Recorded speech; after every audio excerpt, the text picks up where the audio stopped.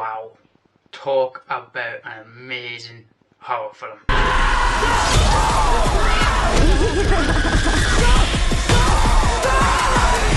I love you. I love you. I love you. I love you! This past weekend, I went to see Corey Baker's Obsession. I didn't just see it once, I seen it twice with two set of people, and all I could say is wow.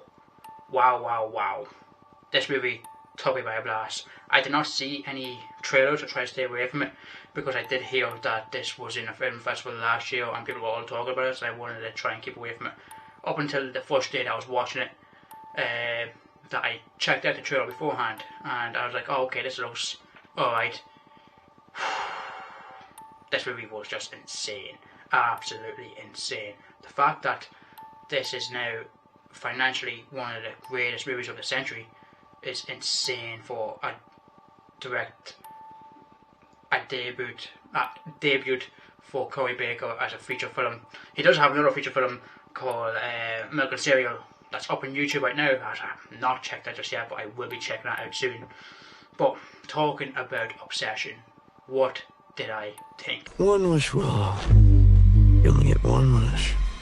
I wish Nikki Freeman loved me more than anyone in the entire world.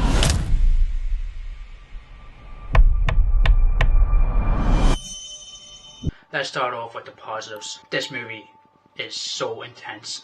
I think you have about 10 minutes of breathing space and a certain something happens between the two characters, and because you have Indiana playing Nikki and you have the other gentleman, I cannot think of his name, playing Bale.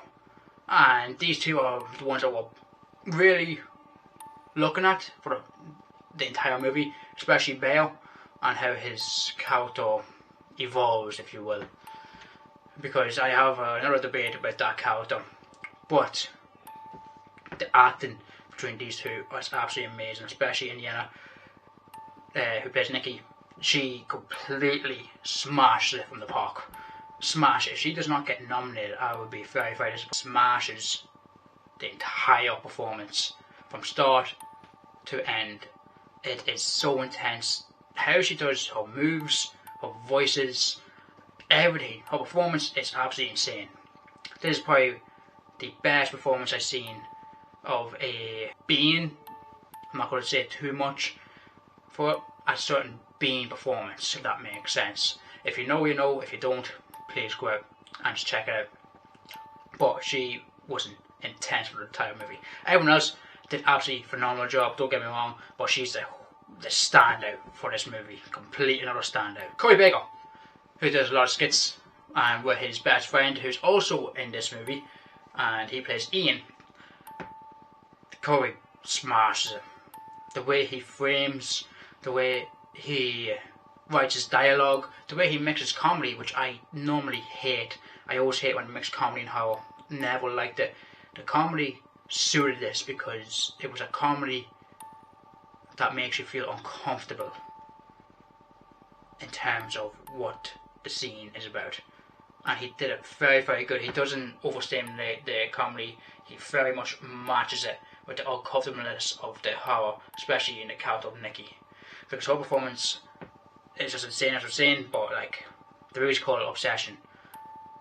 That character gets more and more and more obsessed, and as you know, a lot of stuff could happen when you're that obsessed over someone, and a lot of stuff can happen to other people. I'm not getting into spoilers, but wow. Even the writing in this movie, the writing in the movie was phenomenal. Everything about it was just phenomenal. Took me straight out of the park. But like, as I was saying about his framing in terms of not showing stuff. You have to look in the background, or you have to look up pretty close and point out maybe there's something in that specific area, that maybe there's something there, maybe not, but he frames it very, very well, and he keeps the frame, he keeps it like that for about 30 seconds, and you think you see something, and then when it cuts away, it's like, oh, it's probably nothing. And of course, in the world of horror, when you go back in the frame, that's how you know something's not right. But again, the framing absolutely phenomenal. The lighting, especially in Nicky's eyes in certain scenes, is that it's this black silhouette, and you just see this glow in the eyes. Beautiful, beautiful, beautiful shots of her just in the silhouette, and you see his eyes glowing. Not many horror movies do that, but he smashed out of the park with that. There is a bit of carnage candy in this movie. In specific, one scene that was completely carnage candy, and it was so intense, so good, that it completely suited the scene, and I was so happy to see that. Because if you want to go there, go there. If you want to go big, go big. Don't be framing away from it. And he very much did not frame away from the carnage candy that he put in that scene. Very uncomfortable, but very, very good sequence, very, very good scene.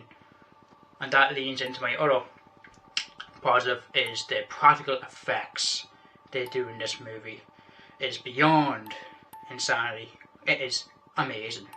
It's a standalone practical effects type of movie.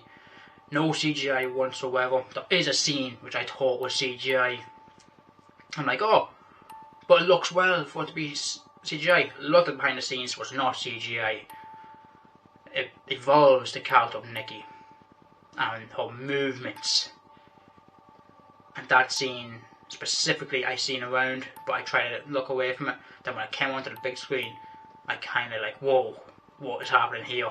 And it is so good how she performs it. They just technically did the scene forward. In post-production, they rewind it backwards. So effective, so simple, but very effective from that scene. It was done pitch perfect, beautifully. Can I just say that I have not jumped at a horror movie in quite a few years. I think the last one, it could have been Hereditary. I'm not 100% sure, but I haven't jumped in a horror movie. I found them all very generic as I grew up and watching horror movies since I was 4 years old. This movie got me. There was a few scenes where I jumped. There's one specific that I did mention that I literally jumped out of the seat. Did not see it coming. I should have seen it coming, but it was done very effectively that I was like, wow, that one got me. That one completely got me. And I am very, very proud to say that it got me. Watched it the second time. I was even timing myself to see if I had the timing right, because that scene alone is pretty intense and it's pretty freaky. And I loved it. It's just beautiful. I'm not going to say anything about any scenes because everyone needs to go out and see this movie. It is phenomenal. My other positive is that I love Corey Baker right now because he had the balls to end it like how this movie ends.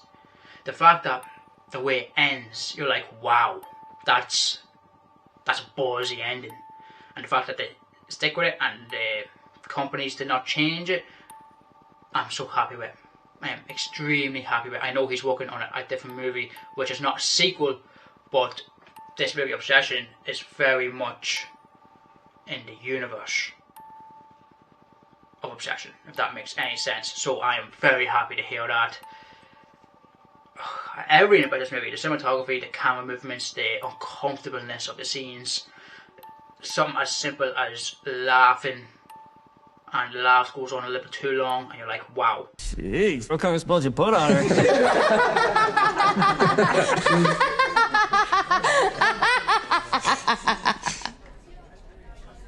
Or a shot frames on a person for more than 30 seconds, you're like, okay, I'm getting a little bit uncomfortable now.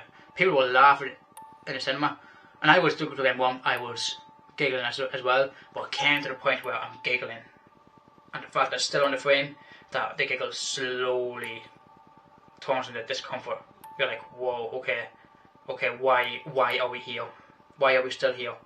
And then it just lingers and lingers and lingers. You're like, okay, you know something's coming, but you're just waiting for it.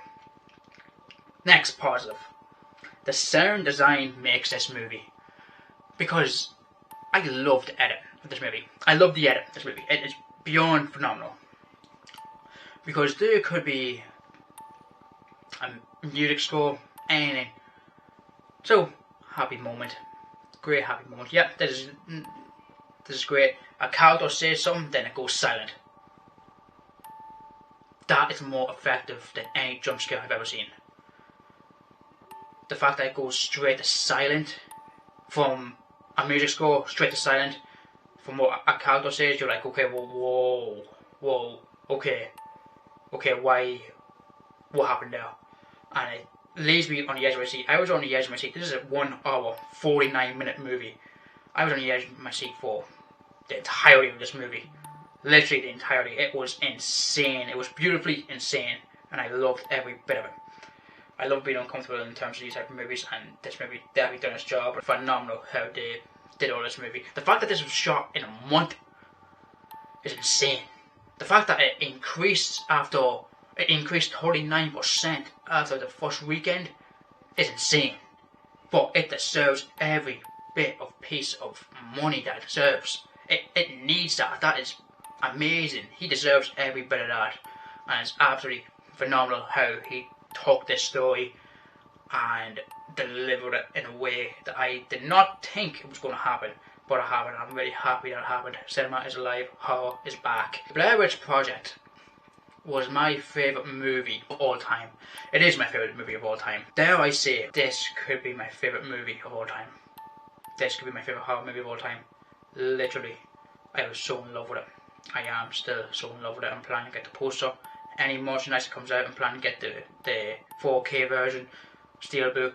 I'm going to give this movie all the money that it not needs, because it has. I'm going to give all the money towards it. It's amazing how he did this, and how the whole crew, not just him, the whole crew did it. The cast, the crew, Corey Baker written, directed it and edited it beautifully, very, very beautiful. The score, I'm going to buy that final. I am actually going to buy that final. That score plays a significant part of the entire movie. Literally on the edge of my seat. Just from hearing the score, you're like, wow, this is getting underneath my skin. Which is a movie that did very much get underneath my skin, which I was really happy with. I was extremely happy of it getting underneath my skin. Other than that, guys, this movie is a masterpiece. Yes, it's a masterpiece. It's the best horror film we had a decade. Literally. I'm going to give this movie a 5 out of 5. I never give horror movies 5 out of 5, but this one, 5 out of 5. It deserves everything. If you have not seen Corey Baker's Obsession, please go out and check it in theatres near you. Amazing.